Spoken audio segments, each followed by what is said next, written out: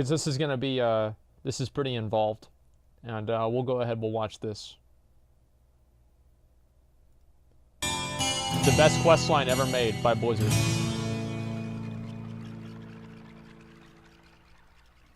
Hey guys, what's up? Mad Season here, Hey. back with another video for you. Hi. It's a new month, so I have a new video for you voted by the patrons. This time, it's a new series. Cool question. Yeah, I know I have too many already, but I like them. I'm All right. calling it Quest Log, and it's a series focused on the more epic and cool quest chains in the game, both ones Ooh. that have been removed, I remember and that also one. ones that you can still We do wiped today. on him a lot. The name might be pending. I'm not sure if I like that one, so we'll see. Give me any suggestions if you have any. But for this one, I wanted to cover the Scepter of the Shifting Sands questline from Vanilla World of Warcraft. I've danced around this chain a few times whenever I Yep. mentioned the old AQ40 event, but I think it's time to give it its proper due since it was one of the bigger chains from back in the day. It was the biggest one. It even gave you a legendary mount and a unique title if Fuck you did yeah, it fast dude. enough. Fuck yeah, dude. It required Oh, that's the coordination, event. not just from your entire Holy guild, shit. but also the server. It spanned dozens and dozens of quests, included reputation farming, material farming, Right. raiding both indoors and outdoors, and even interacting with major lore characters and heroes from past Warcraft games. That was Malfurion. I remember whenever we finally got to actually talk to Malfurion and see him the first time, I was so excited because we had never really seen him a lot in WoW before then. It's considered by many to be the granddaddy of all quest chains, especially for its time. Completing it back when the content was current was a huge achievement before achievements were even added to the game, and you were awarded appropriately. You're goddamn right. It you was were. removed in the Cataclysm expansion, along with a ton of other stuff. What is dead may never die. So, let's Fucking go cattle. over it from the beginning. Oh, yeah, I can't believe they did that. You might find this They should've handy never as a gotten rid of guide it. for when Classic launches, but that's not really the intention since I won't be going over boss strategies and whatnot. I just want to give you an overall look at the chain. And we'll do it in two parts since it is quite long, and I do want to be fairly thorough. It all started in the Silithus Zone, which was I forgot released in where you even patch start the quest at 1.9, all. which was the Ahn'Qiraj patch. Holy shit. In this one, we got two raids, the 20-man Ruins of Ahn'Qiraj and the 40-man Temple of Ahn'Qiraj. That shit was real. But there was a catch. The gate leading to these raids was locked, and the only way to open it was to complete something called the Ahn'Qiraj War Effort. Yep. These gates were locked long ago during a conflict called the War of the Shifting Sands, where the minions of the old god Cthulhu, the Kiraji, launched an invasion upon Kalimdor. Not going into super detail here, was an asshole. many people died in the skirmish, but ultimately, the Kiraji were temporarily defeated by being locked in their kingdom by the Archdruid Fandral Steghelm and a few dragons. That's what happened. There's still a threat that needs to be taken care of though, I got one. so the Alliance and the Horde have to work together to launch an offensive against the Silithid Kingdom. And to do that, they need copper bars. Whoa, wait, let me see. How many is that? 600,000? 850,000 thorium bars? Oh my god, I never even got a chance to look at, wait, is that 2 million linen bandages? What the fuck? What the fuck? This is gonna take forever. And many 2 other crafting million. materials. You turned these into NPCs in your faction capital, and it kept a running tally that was shared with your entire server. So, hundreds of thousands of crafting materials, and it was a pretty time-consuming thing. Yeah, that's insane, dude. Definitely a good time for gold makers, that's for sure. And it was also the first time that I recall that the Horde and Alliance had to actually work together in-game. This was pretty Actually, it's substantial true, since isn't it? the faction war was at its peak, so it's like two enemies working together for the greater good, which would be repeated later on, but this was pretty cool since it was the first time. Badass. See that star thing right there? While all of this was going on though, In the Cenarian Hold Hub in Silithus, you can get a quest called What Tomorrow Brings from an NPC named Bearstolth of the Shifting Sands, a Night Elf hunter. He gives you some cryptic information and basically sends you to the Caverns of Time in the Tannerus Zone to talk to the Bronze Dragonflight, who'll sort of be your brain trust for this chain. Right. They have a reputation tied to them called the Brood of Nazdormu. You're pretty familiar with these guys by now. I'm exalted with them too. They're the time-traveling dragonflight located at the Caverns of Time, which was closed in vanilla, so this little hub was right outside of the gates. Not if you get in from the behind. The specific NPC you're looking for here is Anachronos, and he doesn't mess around. He gives you a follow-up quest called Only One May Rise, which requires you to kill the Broodlord Lashlayer boss in the Blackwing Lair raid. Holy shit. So, already...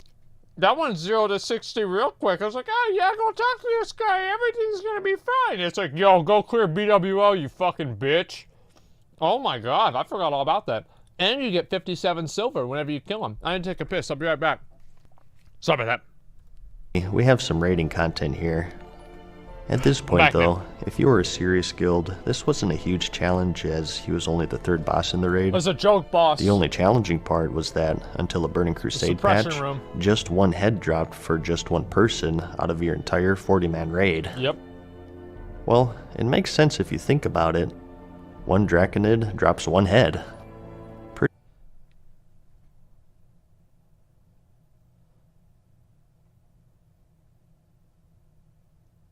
There's a quest in Hillsbrad Foothills for Murloc heads. Blizzard, no, I don't want to hear any rationalization for, oh, now it makes sense. Because I used to spend an hour every time I did that quest to get 10 fucking heads. Don't give me any bullshit about continuity with heads. Pretty unforgiving though, and you can safely bet that there was a ton of drama that came with it. The question was, out of all 40 raid members, who got the head? Me. It varied from guild to guild, of course, but whenever something is in such a high demand and low supply, you knew that there was going to be trouble, and only a fraction of the people who started this chain would actually make it to the very end. That's true. You usually give it to the person that's like the main person. Will be the one to get the legendary mount and the unique title. Oh. Only one may rise, indeed. Oh. But you took him down, a lucky person got some head, and you brought it back.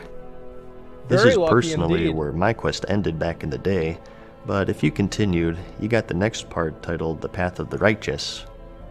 Even though you just defeated one of Nefarian's most powerful lieutenants, the Bronze Dragonflight. The guy in my guild that got the closest to this convinced some 15-year-old girl to farm out all the silithid fragments for him because you could do it on like an altar. Like, I forgot exactly how it worked, but she was able to basically farm out all of the silithid fragments for him, and then in response he said he'd get her into the raiding guild. He did, actually. Is still distrustful of you, and you must prove yourself in order to help him.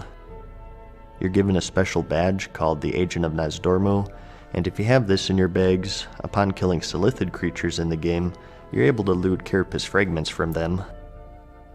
For this quest, you needed to get 200 of these fragments, and after you turn it in, you got 500 reputation with the Brood, and you unlock a repeatable quest for another 200 fragments. You started at 0 of 36,000 at Hated. That sucks. And to get the next quest, you needed to get to neutrals, so you're talking thousands upon thousands of fragments. Yeah, like I said, this is where I tapped out back in the day. It was doable, but holy cow did it take a long time. What the fuck? There was a way to speed it up though. Each time you completed this quest, you also got an item called the Proxy of Nazdormu, which deputized another player and gave them the badge that allowed them to farm fragments, and the fragments themselves weren't bound, so typically guilds, if they were smart, would sort of put their focus on a few people, have everyone farm fragments for them to try to complete it more efficiently. That's what we're gonna do in my guild. So, you farmed and farmed and it's just what makes sense. Until you melded into your chair, and once you reached neutral, you were ready for the next part. There you go. You were sent to the Silithus Zone to obtain something Slave, called yes. a crystalline tear Yes, slave. and to gaze into its depths. As the quest says, the tear serves as a symbol of the great losses beset upon the bronze dragonflight in the War of the Shifting Sands. Upon clicking it, you get a little cutscene here recreating the battle in the war. Various members of the Dragonflights create a diversion for the Archdruid Vandrel Steghelm and Anachronos to seal the gate to Ahn'Qiraj. Wow. You may remember Steghelm as the Archdruid of Darnassus during Vanilla, Yeah, he was while the big Malfurion dick. Stormrage was lost in the Emerald Nightmare. Yep. He's kind of a pecker because he was sabotaging everything all along and kept Malfurion in the Nightmare, but that's a story for What? another time. So, Oh, really? he and Anachronos and the dragons No wonder we cast killed nature, frost, and fire spells upon the small Fuck army in that front guy. of them. Anachronos time locks I didn't know them, that. and they successfully seal off the gate to the kingdom. Okay. Anachronos tells Steghelm that if he should ever need to gain access, he would need the Scepter of the Shifting Sands, and that he needed to use this scepter on the gong right outside of the gate, Right. although Okay. it would once again unleash the Kiraji upon the world. He hands him the scepter, but Steghelm is having none of it. Having recently lost his son, Valstan, he wants nothing to do with the Kiraji or the dragons for that matter, and knowing that the scepter was the only way of letting them back out, he smashed it into pieces and walked off into the sunset. See, I don't remember any of this, dude. Anachronos picked up the I just shattered remember the fragments, game. but the scepter was no more. Oh, wow. Returning to him, he says that he entrusted Holy the shit. shards that were etched into the scepter to 3 guardians of each dragonflight: Iranicus of the green, Vilistraz of the red, and Azurgos of the blue, and Anna himself has the bronze one. Well, apparently, he's a really bad judge of character because all Those are 3 all of those bosses. dragons are either evil or crazy. Yeah, that guy's an idiot. To open the gate, we need to remake this I scepter, thought you could see so time. we need the shards. The quest seemingly The ends fuck? here, but he gives you a hint and says to seek out these dragons. From here, the quest splits into 3 parts: the green shard, the red shard, and the blue shard. This took me, like, 6 months to figure out that after I finished this part of the quest, I needed to go do something else. Like, I did this, like, a lot of it I did in, like, Burning Crusade and Wrath of the Lich King. So I never really knew how to do it on my own, and I would never look anything up. I would just always do everything the way that I wanted to do it. Let's tackle the green shard first. He mentioned Iranicus as a guardian, and if you remember, you could find his shade in the Temple of Atal That guy Hakar, was a dick also sucker. known as the Sunken Temple. gonna be Lore-wise, doing he that. was to enter the temple and destroy the physical manifestation of the blood god Hakar, who resided there. He was successful, but he went there insane it is, shortly after dude. due to the corruption of the There Emerald it Nightmare. is. He never returned, and his shade remains inside, attacking any intruders. This place was quite the labyrinth to say the least, but you progressed through it, killed some trolls, dragons, and eventually reached his room. Except, if you completed that initial scepter chain, Malfurion Stormrage will appear in front of you and offer a quest. He says to get the green scepter shard, you must first cleanse Iranicus of his corruption. Just taking out his shade won't do it. Oh, you have to go to, like, He Moonglade. tells you that you need to seek the aid of Tyrande Whisperwind through one of his agents, I think that's what and it was. bids you farewell. This agent turns out to be a wisp located north of the entrance to the city.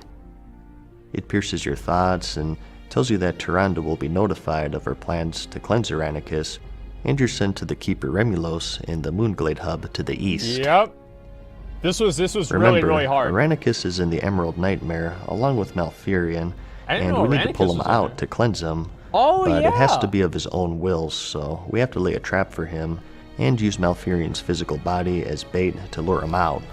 Oh, yeah. So, to do that, you need 4 items called Fragments of the Nightmare's Corruption, located the all over fuck? the world. Across Azeroth, you could find these green emerald dream portals. Damn. Typically, they had outdoor raid bosses guarding them, along with elite dragonkin. That was Lethon These shards right had there. a small chance to drop from these dragonkin, Dude, I so forgot all you'd form a about small this group shit. to farm those. There's one located in Yeah, I guess I Ashenvale, did it the solo back Hinterlands, Fairless, and Duskwood, so lots of traveling. The one in Duskwood was a little special, and it required a full-on raid, as the mob who dropped the shard here Yes. was the Twilight Corruptor.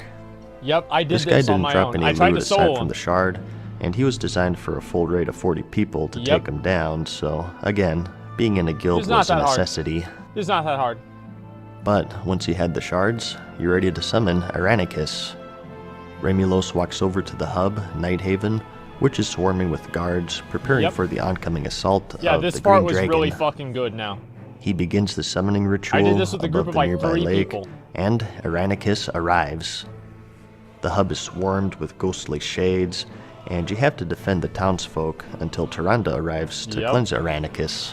Yep. Remember, we don't want to kill him, just free him of his corruption. Now, why we didn't wait until Tyrande was actually here before we summoned him, I have no idea. It took her forever to get ready. But whatever. That's why. The actual fail triggers here are if Aranicus realistic. or the Keeper Remulos dies, so you must keep them alive at all times. Of course.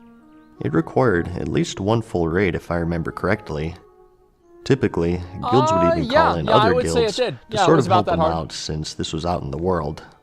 Let me go ahead and pause real quick. I did update BattleNet. There was a small update. And so I've already done the update, okay, guys? Thank you. Anyone could help if they wanted to, or possibly on PvP servers, even sabotage each other, and get some easy kills on some unsuspecting Tyrant raiders. of the Dream, dude. If you hold This out shit long was enough actually until hard to do. Tyrande arrives, she exorcises Aranicus of his corruption. You know, the power of a loon compels you, Right, that of sort of course. thing. Dude, I should have And recorded myself actually, doing something this. neat was that when he's Actually, cleansed, yo, I bet I did. the entire server got an emote saying that Wait. Aranicus, Tyrant of the Dream, is wholly consumed by the light of a loon. Tranquility sets in over Moonglade. I wish there were more things in the game that did that. And, like, I think Blizzard should have done that more. Where, like, whenever one player does, like, makes, like, a big accomplishment, everybody fucking knows about it. And even though it's not really a big deal, I think it's pretty fucking badass. I don't know, it's just like those little things. Whenever they'd, like, yell out your name whenever you'd complete the Timbermaw Hold reputation, I don't know, I think those things are special. No, not Citizens of Dalaran, okay? That's the wrong way of doing... Well...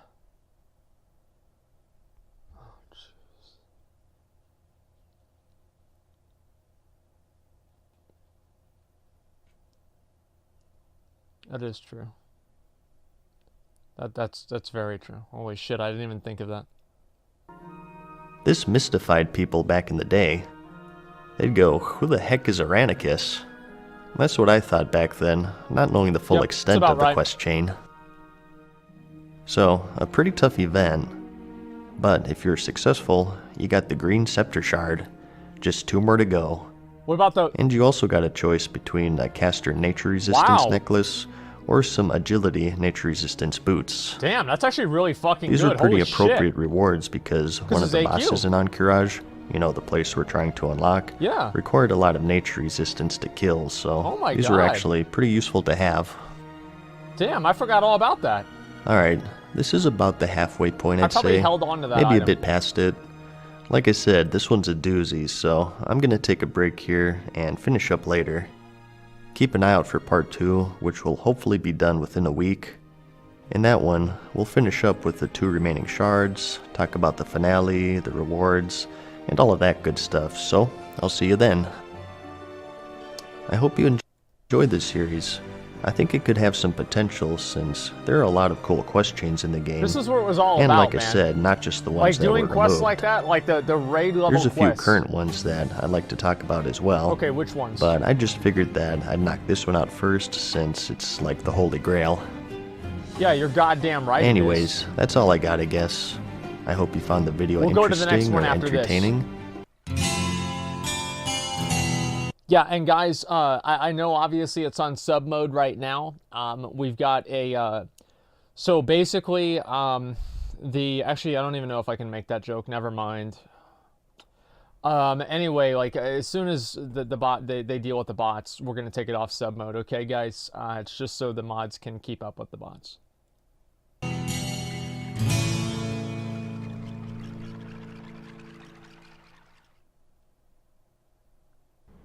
Hey guys, what's up? Mad Season here, back with another video for you in the quest log series where I go over some of the more epic or cool quest chains in World of Warcraft.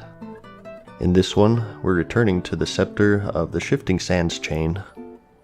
In the first part, we covered the beginning of the chain, we talked about the war effort to open the gates, some head collecting, some insect part collecting, That's my favorite and part. how we needed to rebuild this special scepter by going all around the world collecting different colored shards. Yeah, I do like this music, it's great. We covered the green shard in part 1, so you may want to watch that one first. I'll have a link in the description. So, we just have 2 more to go, the blue and the red shards. Okay. The latter was actually pretty simple compared to the other chains. If you remember, don't you our just get contact it? for this whole chain, I think you just go and get it. entrusted these shards to various dragons. The red one was entrusted to Velistraz, who you may remember as the second boss in the Blackwing Lair raid. We already visited this place once. Wait, no wide peepo happy. I thought I had wide peepo happy. How do you add wide peepo happy? If we can do that, I like the peepo happy and wide peepo happy. So we will actually do that one, okay, guys? I have no problem with that. So just give me a link to it, mods, and I will enable it. For the Broodlord Lashlair's head, but this time, things are a little more difficult. Okay. If you're on this part of the chain, Velistraz will offer you a special quest called Nefarious' Corruption. Oh, you have to kill him in like 2 hours, right? He explains to you that Nefarian has stolen the red scepter shard and will destroy it within 5 hours, making this a timed run. You know what else is a time run? The fucking servers, because I just came up and we need to get over level 40 right now. Let's go. Okay, guys, let's do it. Let me get back in Vent. See? That's how much in vanilla WoW I'm at. I'm thinking about getting in Vent.